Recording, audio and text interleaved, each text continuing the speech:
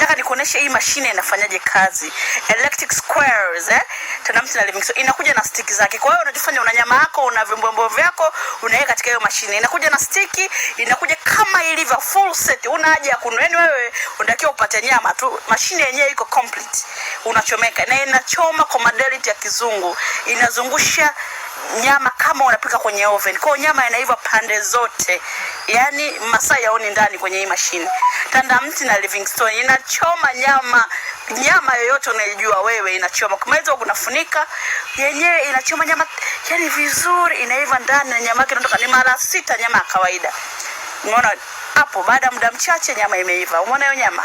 Mbona hiyo nyama hata ukiuzua 100 hiyo nyama unanunua. Mshikaki ukinunua yani ni mtamu kuliko kawaida.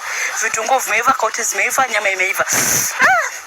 Wapenda nyama jamani. Hii mashine sio unachoma hapo, ni dining room. Yaani sio jikoni. Sasa popote pale hata kitandani unachomea nyama. Ngoja naone nyama yake.